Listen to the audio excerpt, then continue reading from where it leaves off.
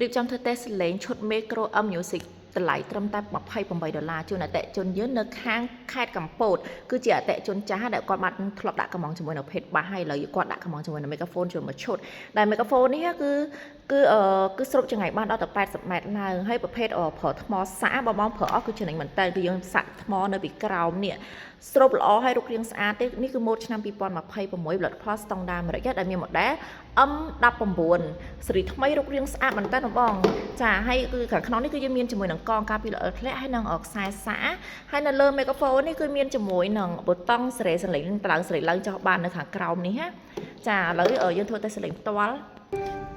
ឥឡូវយើងដោតជាមួយនឹងភេទបាសហើយយើងចាប់ផ្ដើមធ្វើតេស្តសលេង Micro មកឥឡូវ1 2 3 1 2 3 1 2 3ចា